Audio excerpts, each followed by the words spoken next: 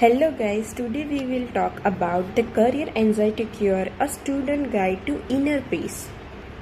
If you're a student, you know the feeling. Graduation is on the horizon, and suddenly there's this pressure, this weight about the future that's just really hard to shake. Well, today we're diving into how to handle that career anxiety, how to find a little bit of inner peace, even when everything feels so uncertain. Let's get into it. So, let's imagine a student named Rohan. Now, Rohan might be fictional, but his story, it's very real for millions of us. Graduation is getting closer, but instead of feeling excited, he just feels this crushing weight. It's like he's trapped in a storm of his own thoughts, staring at the future like it's some massive, impossible mountain he has to climb. And right at the center of that storm, there's this one question playing on a loop over and over again. Maybe you've heard it too. What am I doing with my life? It's a question that doesn't just ask, it feels like it's accusing you. And it just opens the floodgates for everything else.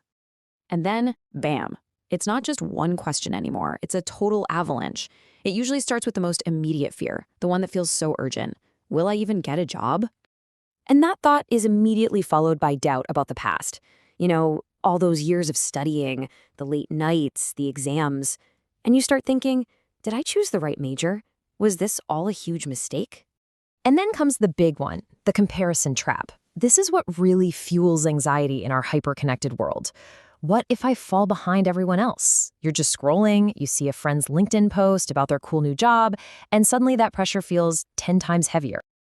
This spiral of overthinking isn't just in your head, is it? You start to feel it in your body. That stress becomes a real, physical, heavy burden.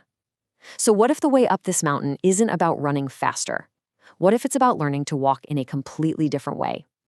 So where do we even begin with all this? Well, the first step to easing career anxiety probably isn't what you think. It's not about updating your resume or firing off another application. It's actually a mental shift. It's about taking a step back and becoming a witness to your own stress. This idea of the witness is so powerful.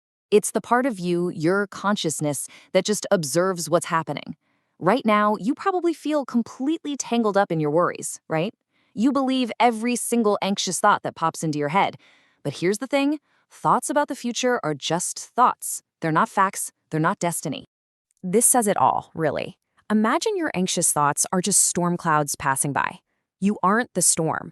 You are the huge, stable blue sky that the clouds are moving through.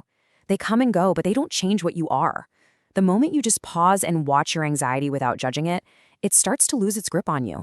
Okay, so once you've found that calm, centered place to observe from, then you can start building a plan that actually feels manageable.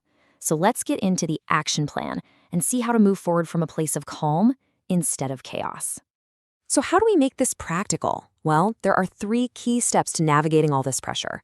First, the next right step method. Second, focusing on effort over outcome. And third, learning to separate your worth from your work. First up, the next right step method. Look, career anxiety loves to overwhelm you with the idea of the rest of your life.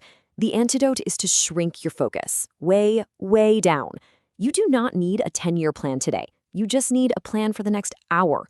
Break that giant mountain down into tiny pebbles. Your goal isn't get a job. Your goal is to spend the next 20 minutes researching one company you find interesting. That's it. See? Manageable?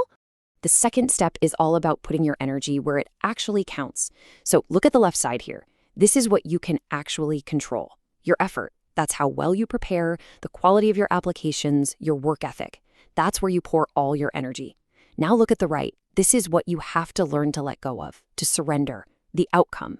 You can't control the hiring manager's mood, the economy, or what other people think. Focus only on what's in your hands. Do the work with everything you've got, and then let the rest go. And this brings us to the third step, which honestly might be the most important one of all. Your career path does not, and I mean does not, define your value as a human being. A job is something you do. It is not who you are. It doesn't matter if you land a top-tier corporate job right out of the gate or if you take a gap year to figure things out. Your inner worth stays exactly the same. It's completely separate from any professional achievement. So let's bring this all together.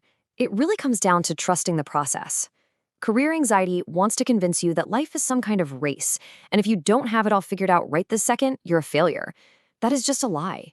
Life is not a straight line. It's a journey, with twists and turns, and it's all about learning and pivoting and growing along the way. I want you to really remember this. You are not going to find the answers by sitting in a corner and worrying yourself sick. It just doesn't work. You find clarity by taking small steps, by trying things, by moving forward even when you're not totally sure where you're going. Action is what creates clarity. So here's what it all boils down to. You have time. You have so much potential. And most importantly, you have this present moment, right now. That is your only point of power. That's where you start.